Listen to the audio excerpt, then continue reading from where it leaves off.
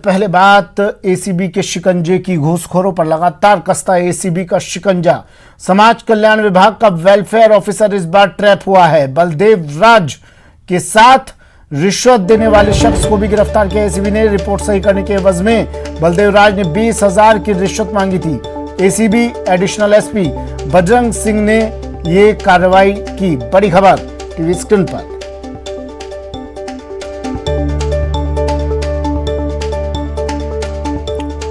Jaipur ACB का घूसखोरों पर शिकंजा। समाज कल्याण विभाग का वेलफेयर ऑफिसर ट्रैप हुआ इस बार।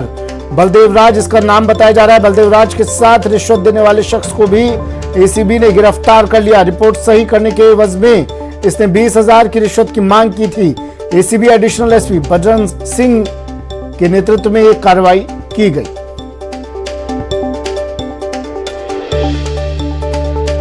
जयपुर से खबर, बड़ी खबर। एसीबी इन एक्शन, लगातार ताबड़तोड़ एसीबी की कार्रवाई। अब जयपुर एसीबी का घूसखोरों पर शिकंजा। समाज कल्याण विभाग के वेलफेयर ऑफिसर को इस बार ट्रैप किया है और बता दिया है कि बेईमानों की खैर नहीं।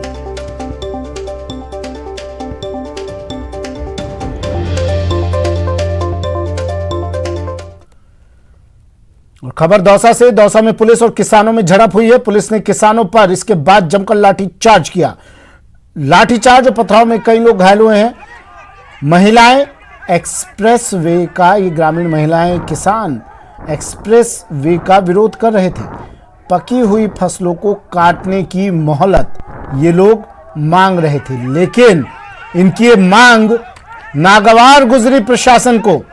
और फिर ये तस्वीरें उस नागवारी का अंजाम। पुलिस जाब्ता मौके पर पहुंचा और इन किसानों पर इस तरह लाठीचार्ज किया गया, इस तरह इनसे बदसलूकी की गई। ये तस्वीरें देखिए, दौसा की ये तस्वीरें हैं। किसानों पर जमकर लाठीचार्ज हुआ। इन किसानों की मांग इतनी सी थी कि ये कुछ वक्त की मोहलत मांग रहे थे, और मोहलत अपनी फसलों को बचाने के लिए, अपनी फसलों को काटने के लिए। एक्सप्रेसवे का निर्माण हो रहा है यहाँ पर। किसानों को डर था इस निर्माण के चलते इनकी फसलों को नुकसान पहुंच सकता है, इसलिए इन्होंने कुछ दिन की मोहलत मांगी, लेकिन ये मोहलत प्रशासन को नागवार गुजरी।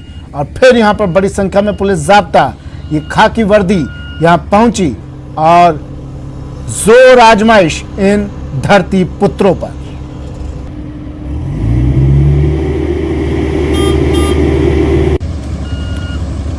तो एक तरफ किसान आंदोलन हो रहा है। किसान आंदोलन को लेकर राजनीति भी चरम पर है, गरम पर है राजनीति, और कई राजनीतिक संगठन किसानों के पक्ष में आवाज उठा रहे हैं, मंच से आवाज बुलंद कर रहे हैं। और दूसरी तरफ ये तस्वीर एक वो किसान है जिसके पक्ष में, जिसे लेकर कई राजनीतिक संगठन सड़कों पर उतर आए हैं, आवाज उठाई जा रही है। और दूसरी ये भी तस्वीर है कि किसान अपनी जब मांगों को लेकर, मांग भी इतनी सी कि कुछ वक्त की मोहलत दे दो सरकार, फसल काटने का है इंतजार। एक्सप्रेसवे का ये निर्माण हो रहा है और किसानों को डर था कि इस निर्माण के कारण इनकी फसलें चौपट हो सकती हैं।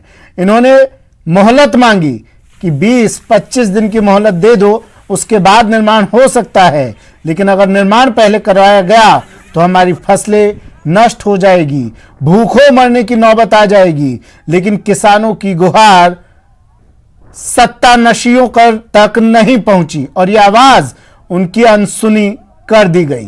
पुलिस जाब्ता यहां पर भेजा गया और फिर दे दनादन।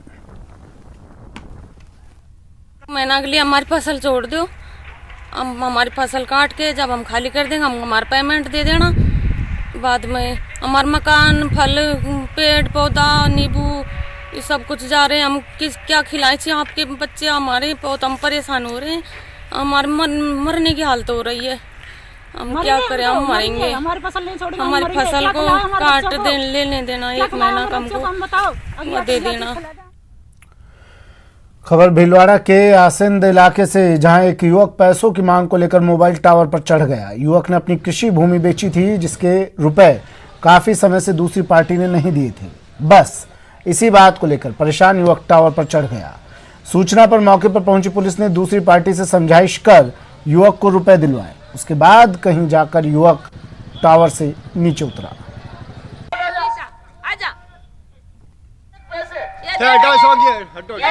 पैसे दे दिए हमने, आजा, उससे मैंने दिला दिए पैसे। आजा नीचे आजा, आजा देख सावर आजा, फटाफट समझदारी दिखा। इधर ले, ये देख आजा भैया, आजा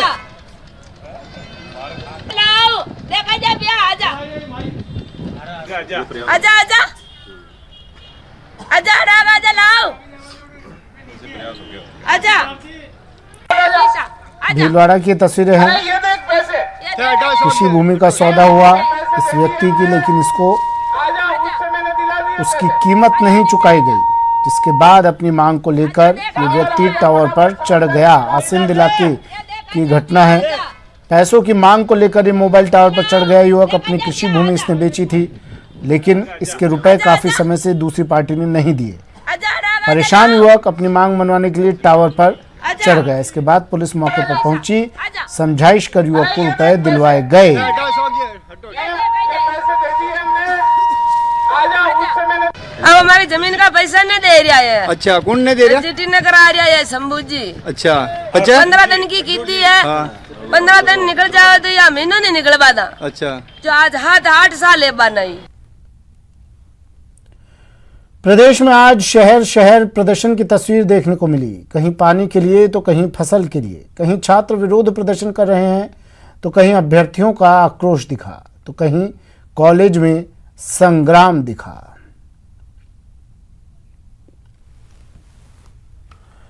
और अब हम आपको दिखाते हैं झालावाड़ में लापरवाही की तस्वीर। शहर में सीवरेज लाइन की खुदाई के दौरान मेन पाइपलाइन क्षतिग्रस्त हो गई और फिर सड़क पर पानी का फव्वारा फूट पड़ा। बीच सड़क पर पानी का फव्वारा फूट पड़ा और जमीन के नीचे से निकल रहा साफ और शुद्ध पानी सड़क पर बहने लगा। लाखों लीटर पानी की बर्बादी वाली ये तस्वीर झालावाड़ के मंगलपुरा इलाके से आई है, जहां पेयजल के लिए बिछाई गई मेन पाइपलाइन टूटने की वजह से पीने का पानी बर्बाद हो गया। बताया जा रहा है कि सीवरेज लाइन की खुदाई के दौरान लापरवाही की वजह से जेसीबी मशीन की टक्कर से वाटर सप्लाई की पाइपलाइन टूट गई थी, जिसकी वजह से सड़क पर लाखों लीटर पानी बर्बाद हो गया। खास बात यह है कि सड़क पर पानी बहता रहा और कोई भी जिम्मेदार अधिकारी मौके पर नहीं पहुंचा और पानी की बर्बादी का सिलसिला उस वक्त जाकर थमा जब वाटर सप्लाई का समय खत्म हो गया।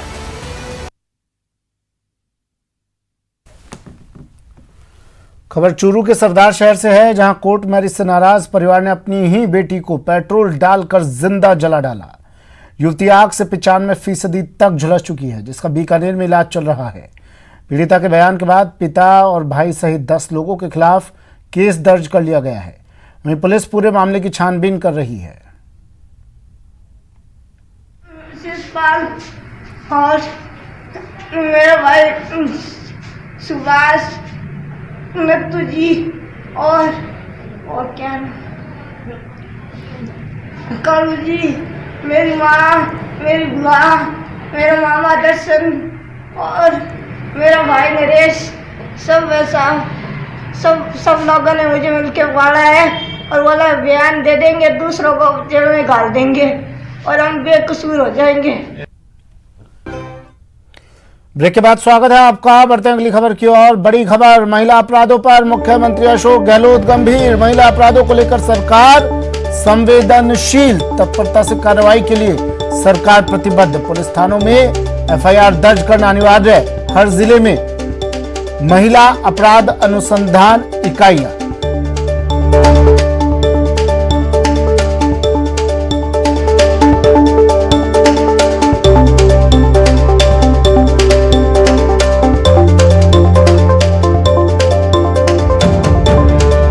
संवेदनशीलता, महिला अपराधों पर महिलाओं को लेकर मुख्यमंत्री अशोक गहलोत सरकार की ट्वीट भी किया है मुख्यमंत्री ने। इसे लेकर और महिला अपराधों को लेकर सरकार संवेदनशील है, ये बताया। एफआईआर दर्ज करना अनिवार्य है। लिखा ट्वीट में कि हमारी सरकार महिलाओं और बालिकाओं एवं समाज के कमजोर वर्गों के खिलाफ होने वाले अपराधों के मामलों में पुलिस पूरी तत्परता एवं संवेदनशीलता से कार्रवाई करने के लिए प्रतिबद्ध है।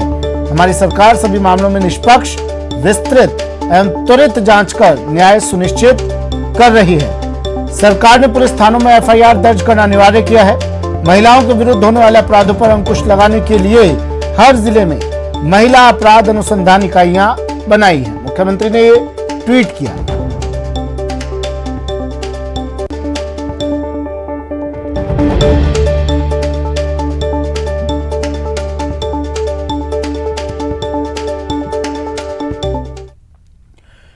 कारोबारी और कांग्रेस नेता प्रियंका गांधी के पति रॉबर्ट वाड्रा क्या अपनी राजनीतिक पारी की शुरुआत करेंगे? दरअसल जयपुर में वाड्रा ने खुद ही इसके संकेत दिए तो महंगाई और किसानों के मुद्दे पर केंद्र सरकार को घेरा। लेकिन वाड्रा के इस संकेत के बाद मरुधरा में सियासत भी शुरू हो गई। ये रिपोर्ट देखिए। सब चाहते हैं मैं राजनीति में आऊं और 25 साल 30 साल से मेरे प्रियंका से रिलेशन है और मतलब कि इस राजनीतिक परिवार से। रॉबर्ट वाड्रा का सियासी संकेत। काफ़ी लोगों ने बोला आप मुरादाबाद से आइए, आप गाजियाबाद से आइए, पर मुझे लग रहा है कुछ समय और लगेगा, पर मैं ज़रूर उतरूंगा, लोगों के लिए उतरूंगा। राजनीति में करेंगे एंट्री, वक्त का इंतजार। हर चीज़ का समय होता है, सही समय होता है और मुझे पता है कि बहुत प्यार है लोगों को मेरे साथ और मेरे लिए। कांग्रेस महासचिव प्रियंका गांधी के पति और कारोबारी रॉबर्ट वाड्रा का नाम गांधी परिवार पर निशाना साधने के लिए हमेशा इस्तेमाल होता रहा है। करीब 25 साल से गांधी परिवार से संबंध रखने वाले रॉबर्ट वाड्रा अब तक राजनीति से दूर रहे, लेकिन जयपुर के मशहूर मोती डूंगरी मंदिर में पूजा करने पहुंचे वाड्रा ने संकेत दिए कि सियासत में उनकी एंट्री बस होने ही वाली है। सब चाहते हैं मैं राजनीति में आऊं। मैं तभी आना चाह रहा हूं जब मुझे लग रहा है जिस क्षेत्रों को मैं रिप्रेजेंट करूंगा मैं उनको अच्छी तरह समझ सकता हूं और उनके लिए कुछ प्रगति और बदलाव ला सकता हूं। रॉबर्ट वाड्रा पिछले कुछ वक्त से न सिर्फ कुछ सियासी रैलियों में दिखे, बल्कि केंद्र सरकार को घेरने वाले कई मुद्दे भी समय समय पर उठाते रहे हैं। पेट्रोल डीजल की बढ़ी कीमत पर विरोध जताने के लिए वाड्रा पिछले दिनों साइकिल पर सवारी करते नजर आए थे।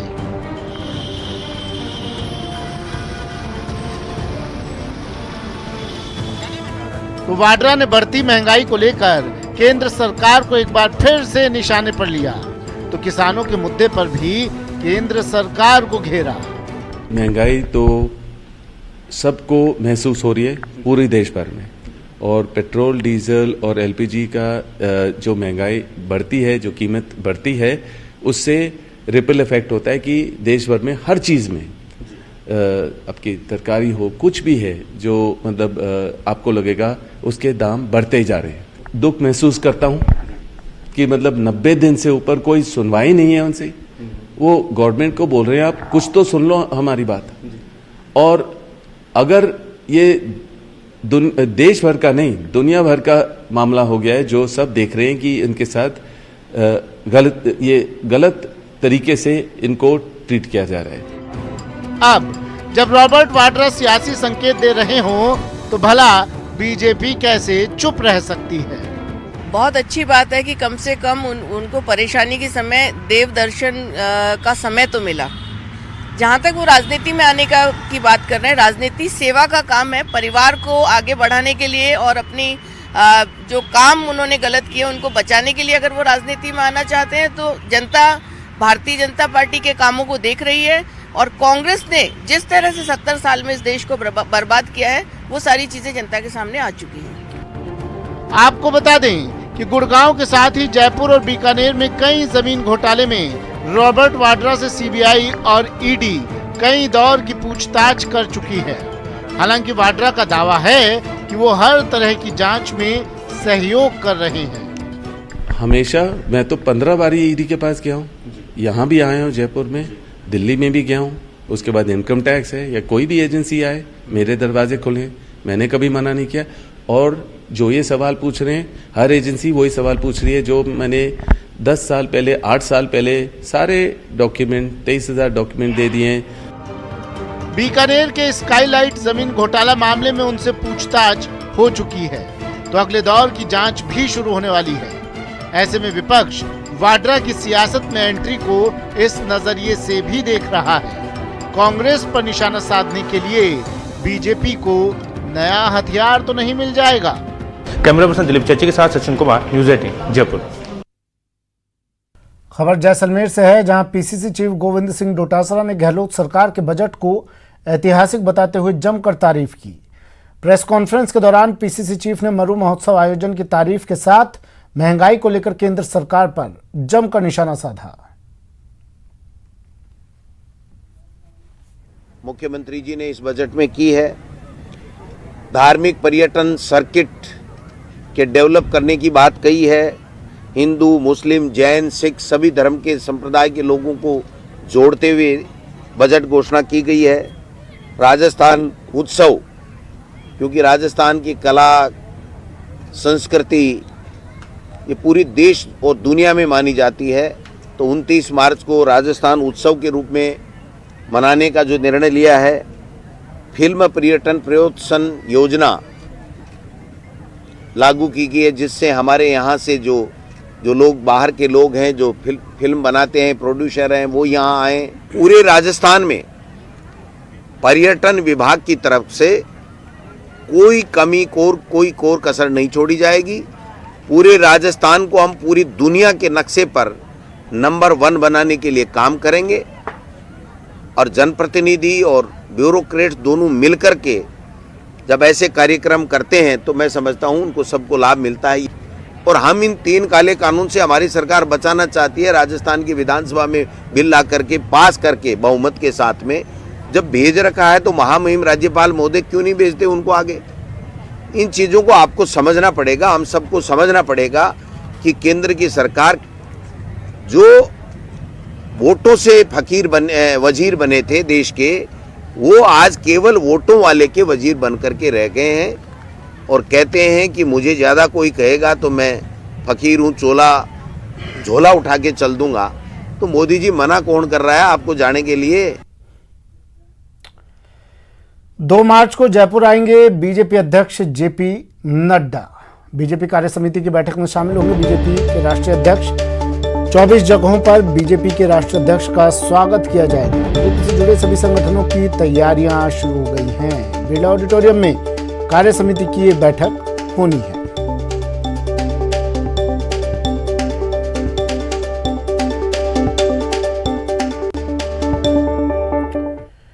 राजस्थान हाईकोर्ट बार एसोसिएशन के चुनाव को लेकर मतदान जारी है। अध्यक्ष, महासचिव सहित 9 पदाधिकारियों और 8 कार्यकारिणी सदस्यों के लिए शाम 5 बजे तक मतदान होगा। इन पदों के लिए 56 उम्मीदवार मैदान में हैं, जिनके भाग्य का फैसला कल होगा।